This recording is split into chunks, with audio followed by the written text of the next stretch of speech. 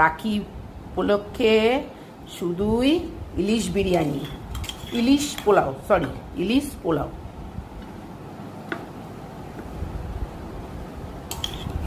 আজকের রান্নাটা করেছে আমার মেয়ে। ইলিশ পোলাওটা আমার মেয়ে করেছে।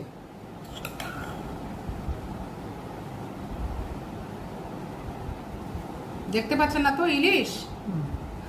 অ্যাকচুয়ালি ইলিশটা যদি সঙ্গে দিয়ে করি, ইলিশ যেহেতু খুব নরম প্রকৃতির মাছ, আর এটা যেহেতু আমি রান্না করেছি পোলাওটা আপনার কুকারে, তো অবভিয়াসলি ইলিশের রান্নাটা আগে করে নিয়েছি, মাছটাকে আমি আগে তুলে রেখেছি দেরাদুন রাইস দিয়ে। আর এটা দেরাদুন রাইস দিয়ে আগে আমি এটা 6টা সিটিতে আমি এটাকে তৈরি করেছি।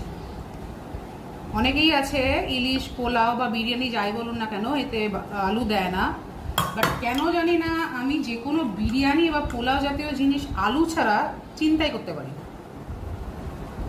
আমার কাছে বিরিয়ানি মানেই হচ্ছে গিয়ে সেটা আলু লাগবেই লাগবে। আপনারা কারা কারা আলু দিয়ে বিরিয়ানি পছন্দ করেন অবশ্যই কমেন্টে জানাবেন।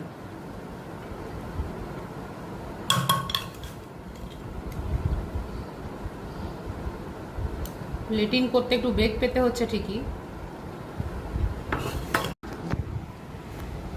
এবার আমি ইলিশ যেগুলো রান্না করা রয়েছে, এটা আবার রান্না করা অলরেডি ইলিশগুলো, তো সেই ইলিশগুলো আমি উপরে এক এক করে দিয়ে দিচ্ছি।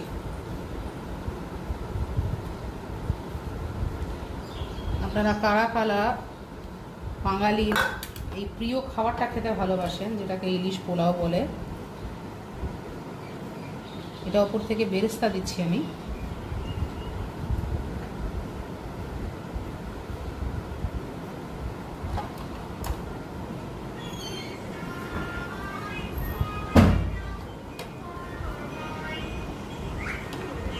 আর এই যে কাজু,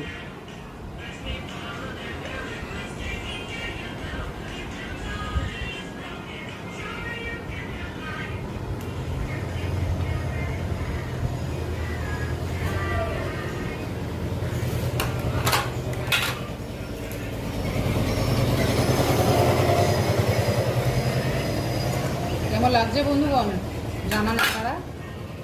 এই যে চলবে নাকি? এটা সাইড ভিউ নাও, সাইড ভিউ নাও। হ্যাঁ, চলবে আপনাদের? আসুন আজকে রাখি বন্ধন, রাখি